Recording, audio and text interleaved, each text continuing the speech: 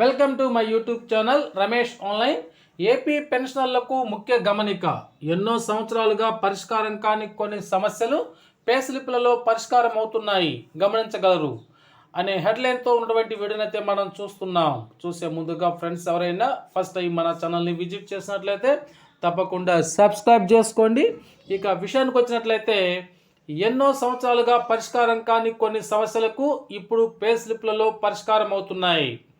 పెన్షనర్ల pay స్లిప్లు update చేస్తున్న సందర్భంగా 2015 సంవత్సరానికి ముందు పదవీ విరమణ చేసిన వారి భార్య లేదా భర్త యొక్క పుట్టిన తేదీని పెన్షన్ దరఖాస్తులో ఉన్న విధంగా అప్డేట్ చేయాలి. 2015 సంవత్సరానికి ముందు పదవీ విరమణ చేసిన వారి పెన్షన్ పేమెంట్ ఆర్డర్ పీపీఓలో భార్య లేదా భర్త యొక్క పుట్టిన తేదీని పేర్కొనేవారు కాదు. తదుపరి పదవీ విరమణ చేసిన వారికి పేర్కొంటున్నారు. అందువలన 2015 సంవత్సరానికి ముందు పెన్షన్ల యొక్క స్పౌజ్ పుట్టిన తేదీ ఎవరికి కూడా వారి యొక్క పీపీఓలో అయితే నమోదు కాలేదు. కొన్ని సంవత్సరాల నుంచి ఈ విషయం మీద పెన్షనర్లు మరియు పెన్షనర్ సంఘాలు స్పౌజ్ పుట్టిన తేదీ నమోదు చేయమని వినతి పత్రాలు ఇస్తూనే ఉన్నారు. కానీ ఈనాటికి కూడా ఆ సమస్య పరిష్కరించబడలేదు. సబ్ ట్రెజరీ అధికారులను స్పౌజ్ పుట్టిన తేదీ నమోదు చేయమని కోరితే మీరు పెన్షన్ ప్రపోజల్స్ పంపించేటప్పుడు ఆ దరఖాస్తులో ఉన్న దాని ప్రకారంగా అడిషనల్ క్వాంటమ్ ఆఫ్ పెన్షన్ ఏక్యూపీని మంజూరు చేస్తామని తెలుపుతున్నారు. అప్పుడు చూడవచ్చు, ఇప్పుడు అవసరం లేదని అంటున్నారు. సర్వీస్ పెన్షన్కు తెలుసు పుట్టిన తేదీ నమోదు ఎంత కష్టంగా ఉంటుందో.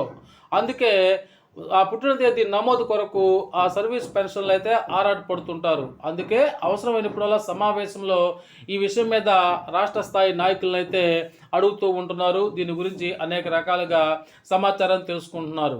ఇప్పుడు పే స్లిప్లు అప్డేట్ చేస్తున్న సందర్భంగా ఎలా నమోదు చేస్తారు? ముందుగా ఉద్యోగి పదవీ విరమణ చేసినప్పుడు కుటుంబ సభ్యుల వివరాలతో ఏజీ ఆఫీస్కి దరఖాస్తు పంపిస్తారు. ఈ దరఖాస్తులో స్పౌజ్ యొక్క పుట్టిన తేదీని పేర్కొంటారు. అంటే వారి యొక్క వయసు, అదేవిధంగా పుట్టిన సంవత్సరం, పుట్టిన తేదీ 5 నుంచి 10% వరకు పేర్కొనలేదు. ఇప్పుడు పే స్లిప్స్ని అప్డేట్ చేస్తున్నారు కాబట్టి పెన్షన్ దరఖాస్తులో ఉన్న పుట్టిన తేదీ సమాచారం ఆ ట్రెజరీలో నమోదు జరిగి ఉంటుంది. ఆ ట్రెజరీ వారు దరఖాస్తులో ఉన్న పుట్టిన తేదీ ప్రకారము అదనపు పెన్షన్ మంజూరు చేస్తామని చెప్తున్నారు. కాబట్టి ఇప్పుడు దరఖాస్తులో పుట్టిన తేదీ ఉన్న వారందరికీ పే స్లిప్లో పేర్కొనవలసిందిగా కోరాలి. ఇలాగే పే స్లిప్లో పేర్కొనడం ద్వారా చాలామంది పెన్షన్లకు స్పౌజ్ పుట్టిన తేదీ అనేది తెలుస్తుంది. ఇక డైరెక్టర్ ఆఫ్ ట్రెజరీస్ వారిని ఈ సమాచారాన్ని పే స్లిప్లో అప్డేట్ చేయమని కోరాలి. పుట్టిన తేదీ వివరాలు ఉన్నంత వరకు వారు నమోదు చేస్తారు. పుట్టిన తేదీ దరఖాస్తులో నమోదు కాని వారైతే వారి దగ్గర ఉన్నటువంటి పత్రాలతో నమోదు చేయడానికి అవకాశం కల్పించాలి. రాష్ట్ర పెన్షన్ల సంఘం నాయకులను మరియు జేఏసీ నాయకులను మరియు ఆంధ్ర పెన్షన్ల పార్టీ అధ్యక్షులను కోరేది ఏంటంటే, పుట్టిన తేదీ నమోదు కొరకు డైరెక్టర్ ఆఫ్ ట్రెజరీస్ అమరావతి వారిని కలిసి దరఖాస్తులో ఉన్న పుట్టిన తేదీ పే స్లిప్పుల్లో నమోదు చేయటకు ప్రయత్నం చేయాలి. గత కొన్ని సంవత్సరాల నుంచి పెన్షన్లు ఈ సమస్య పరిష్కారం కాక ఆందోళన పడుతున్నారు.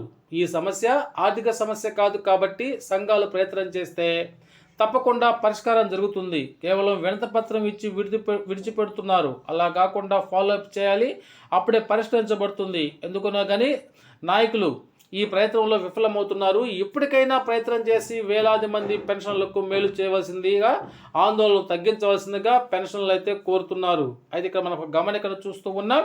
2015 సంవత్సరానికి తదుపరి పదవీ విరమణ చేసిన వారికి పీపీఓలో పెన్షనర్ యొక్క భార్య లేదా భర్త యొక్క పుట్టిన తేదీ పేర్కొంటున్నారు కాబట్టి వారికి ఆ సమస్య లేదు. వీరిలో చాలామందికి పే స్లిప్లో స్పౌజ్ పేరు మరియు పుట్టిన తేదీ నమోదు కాలేదు. ఇప్పుడు పే స్లిప్లో అప్డేట్లో పేర్కొంటున్నారు ఈ విధంగా. కాబట్టి ఈ విషయాన్ని పెన్షన్ మిత్రులు అయితే గమనించగలరు. ఓకే ఫ్రెండ్స్, ఇది ఈనాటి తాజా సమాచారం. Thank you for watching.